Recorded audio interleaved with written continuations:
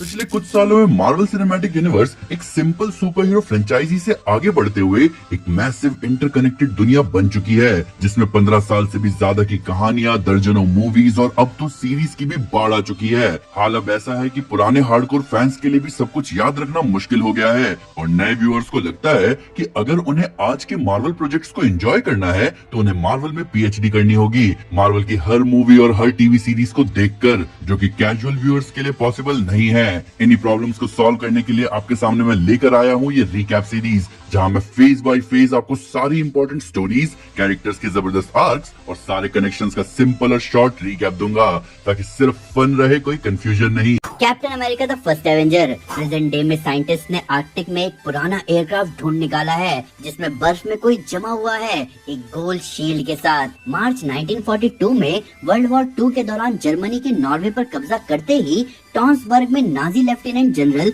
और हाइड्रा के leader Johan Schmidt एक मिस्टीरियस चीज चुराता है और उसे कहता है टेसरैक्ट, जिसमें माना जाता है कि बेहिसाब दैवीय शक्तियां हैं। उसी दौरान दूसरी तरफ न्यूयॉर्क में स्टीव रॉजर्स को यूएस आर्मी रिक्रूटमेंट से रिजेक्ट कर दिया जाता है उसकी छोटी हाइट और खराब हेल्थ की वजह से, जिसके बाद रॉजर्स अपने दोस्त बकी के साथ स्टार्क एक्सपो जाता है, एक इवेंट जिसे शुरू किया था फेमस इंजीनियर हावर्ड स्टार्क ने।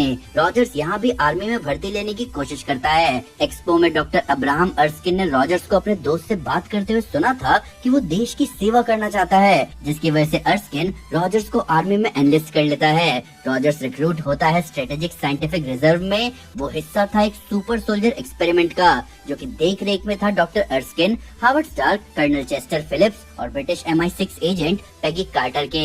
कर्नल फिलिप्स को समझ नहीं आ रहा था कि डॉक्टर अर्स्किन ने क्या देखकर रॉजर्स को इस एक्सपेरिमेंट का पार्ट बनाने का फैसला किया, पर अर्स्किन दिखाते हैं रॉजर्स का दम जब वो एक नकली ग्रेनेड बीच ग्राउंड में फेंक देते हैं और सारे सोल्जर्स में से सिर्फ रॉजर्स ग्रेनेड पर जंप कर जाता है सबको बचाने के लिए। रॉजर्स इस प्रोसीजर के लिए सेलेक्ट हो चुका था। तब प्रोसीजर से पहले डॉक्टर अर्स्किन रॉजर्स को बताते हैं कि वो हाइड्रा लीडर जोहान श्मिट के अंडर एक साइंटिस्ट थे, जिसने उनके सुपर सोल्जर फॉर्मूले का प्रोटोटाइप ले लिया, जिससे उसे मिली सुपर सोल्जर स्ट्रेंथ, पर इसकी वजह से वो दिखने में पूरा ही बदल गया। दूसरी तरफ श्मिट और डॉक्टर आर्नेम जोला टेसरैक्ट की एनर्जी को हार्नेस कर रहे थे ताकि वो लोग जोला के इन्वेंशंस को फ्यूल कर सके और शुरू कर सके दुनिया पर अपना अटैक। श्मिट को अर्स्किन के बारे में भी पता था, उसने एक असैसिन को उसके पीछे भेजा था उसे मारने। अमेरिका में अर्स्किन और स्टार्क ने रॉजर्स को एक सुपर सोल्जर ट्रीटमेंट में डाला। उसमें सुपर सोल्जर सीरम इंजेक्ट किया गया, जिसके साथ साथ उसे दी गई वीटा रेज, जिसके बाद रॉजर्स एक्सपेरिमेंट से बाहर निकला लंबा चौड़ा और मसल्स के साथ। श्मिट का भेजा हुआ असैसिन वही था। उसने तुरंत मौका देखते ही अर्स्किन की जान ले ली और सुपर सोल्जर सीरम की आखिरी शीशी के साथ वहाँ से भाग गया। रॉजर उसके पीछे भागा और उसने उसे पकड़ भी लिया, पर उस असैसिन ने साइनाइड कैप्सूल से अपनी जान ले ली और इस पूरे प्रोसेस में वो आखिरी सीरम की शीशी भी बर्बाद हो गई। डॉक्टर अर्स्किन मर चुके थे और उनका फॉर्मूला भी खो चुका था। तब यूएस सेनेटर ब्रैंट ने रॉजर्स को अपने देश की सेवा करने को कहा कैप्टन अमेरिका के नाम से, जहाँ वो पूरे देश में घूम घूम कर वॉर बॉन्ड्स बेचे, जिससे आर्मी को फंड्स मिल सके। तब तक साइंटिस्ट स्टीव के ब्लड पर स्टडी करके अर्स्किन का फॉर्मूला रिवर्स इंजीनियर करने की कोशिश करेंगे।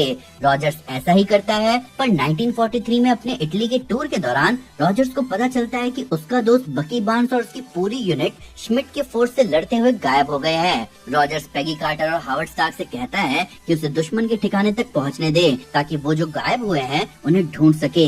पैगी और स्टार्क उसकी मदद करते हैं और वो घुसता है श्मिट के बेस में। उसे वहाँ बार्न्स के साथ साथ दूसरे कैदी भी मिलते हैं। वो उन्हें वहाँ से आजाद करवाता है, पर तभी उसका सामना होता है श्मिट से। श्मिट वहाँ से भाग रहा होता है और भागने से पहले वो कैप्टन अमेरिका को अपना असली चेहरा दिखाता है। वो दिखाता है कि अर्स्किन के फॉर्मूले की वजह से उसका चेहरा दिखने लगा एक लाल खोपड़ी जैसा, जिसकी वजह से वो सबके बीच जाना जाता था रेड स्कल के नाम से।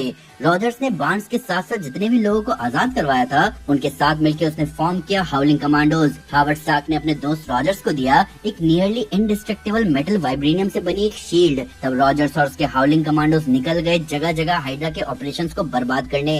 इसके साथ साथ रॉजर्स और कार्टर के बीच रोमांटिक रिलेशनशिप शुरू होने लगी।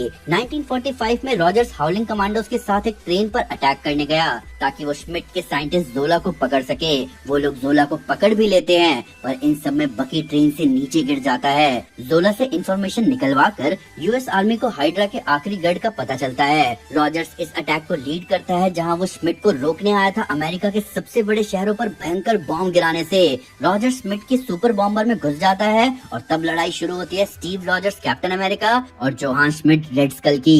इसी लड़ाई के बीच टेसरेक्ट अपने कंटेनर से नीचे गिर जाता है। तभी रेड स्कल टेसरेक्ट को अपने हाथ में ले लेता है, पर अगले ही पल टेसरेक्ट एक पोर्टल खोल देता है और रेड स्कल को उसमें खींच लेता है, जिसके बाद टेसरेक्ट गिर जाता है प्लेन के सरफेस पर और उसे छेदते हुए नीचे ओशन में चला जाता है। तब प्लेन में कई सारे मास डिस्ट्रक्शन वाले बॉम्ब थे और कैप्टन अमेरिका के पास कोई रास्ता नहीं था इस प्लेन को सेफली लैंड कराने का। तो वो तुरंत रेडियो करता है पैगी को और उसे प्रॉमिस करता है कि वो उसे डांस डेट पर ले जाएगा।